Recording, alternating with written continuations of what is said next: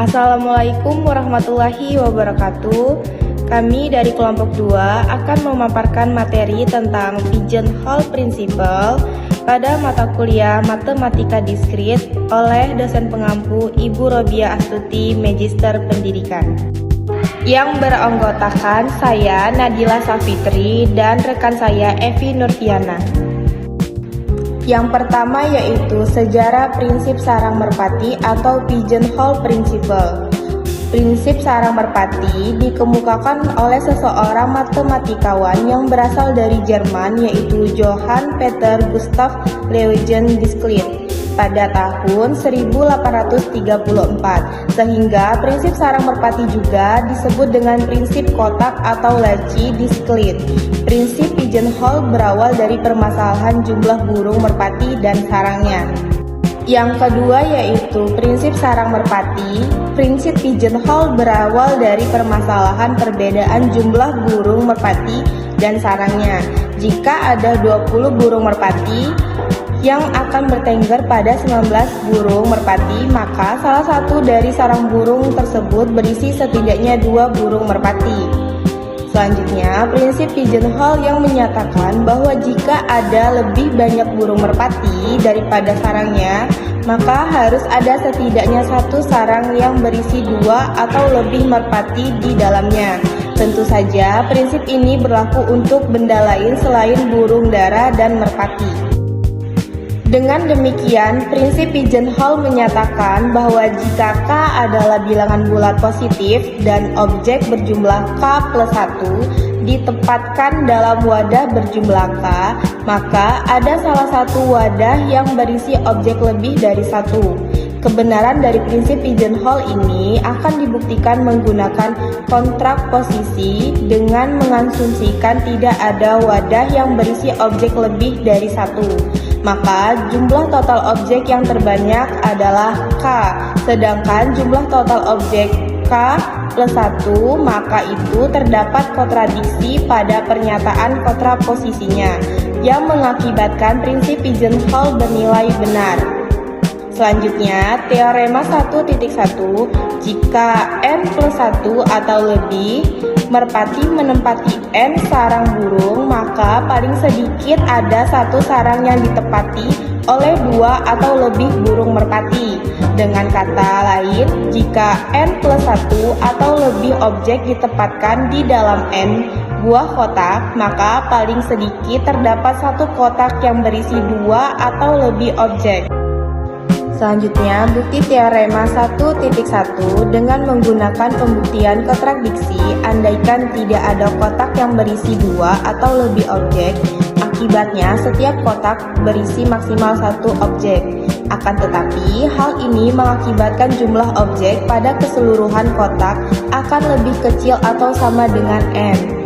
Hal ini bertentangan dengan pernyataan awal bahwa terdapat objek, sehingga pengandaian salah. Jika benar bahwa terdapat paling sedikit satu kotak yang berisi 2 atau lebih objek. Teorema 1.2, jika n objek ditempatkan di dalam n buah kotak dan n lebih banyak dari m, maka paling sedikit satu kotak berisi 2 atau lebih objek. Yang ketiga yaitu prinsip sarang merpati yang diperumum. Prinsip sarang merpati yang diperumum sedemikian sehingga jumlah objek dapat merupakan kelipatan jumlah kotak. Misalnya, kalau terdapat 20 sarang merpati dan 41 ekor merpati, maka terdapat satu buah sarang yang berisi lebih dari 2 ekor merpati.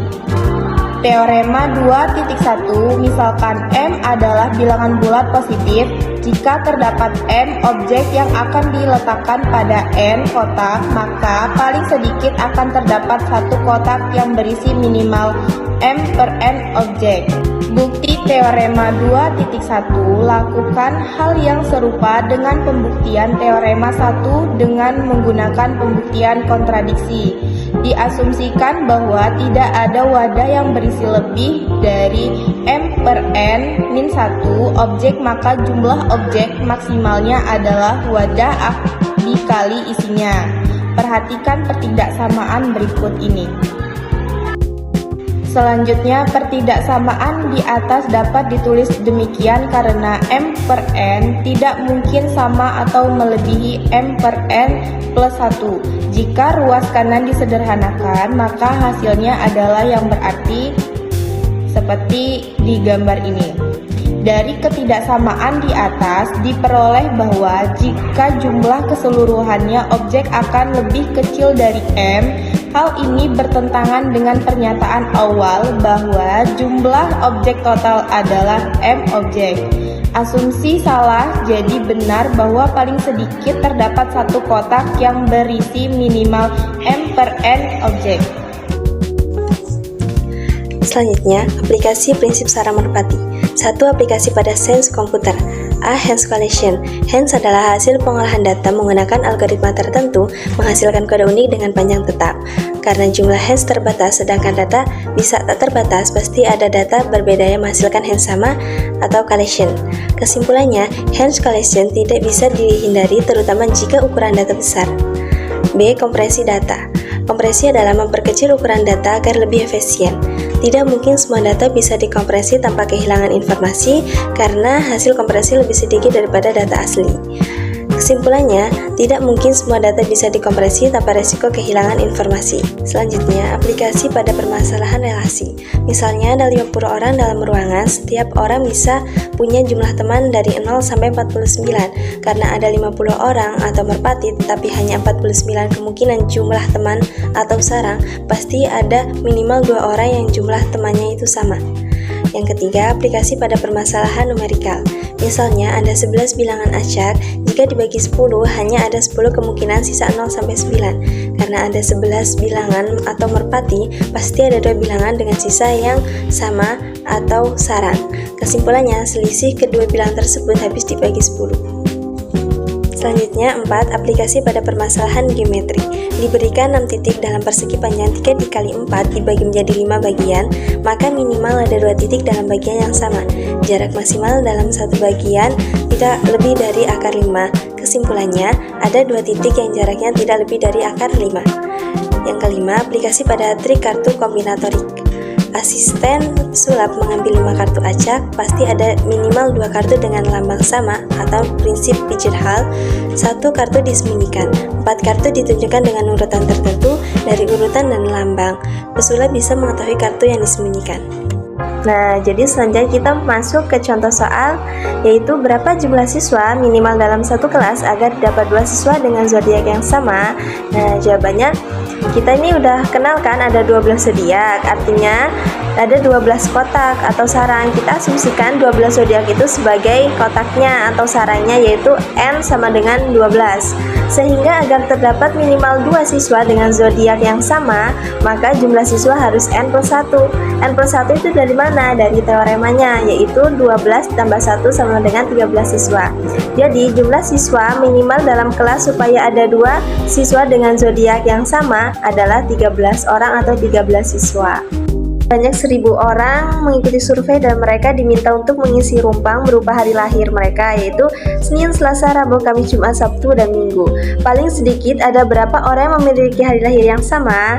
Nah, kita menjawabnya itu pertama diasumsikan ada 7 hari itu sebagai kotak atau sarang dan 1000 orang itu sebagai benda atau merpati.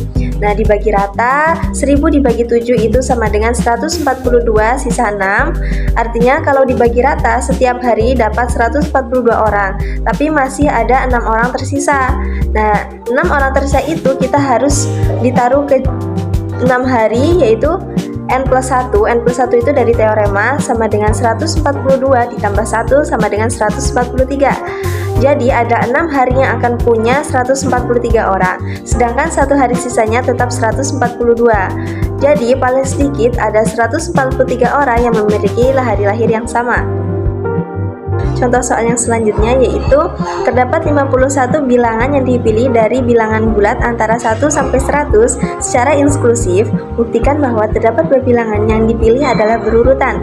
Jawabannya, kita punya bilangan bulat 1 sampai 100, jumlahnya itu 100 bilangan. Supaya bisa melihat kemungkinan ada bilangan yang berurutan, kita kelompokkan menjadi 50 pasang, yaitu ada 1 dengan 2, 3 dengan 4, 5 dengan 6, sampai 99 dengan 100.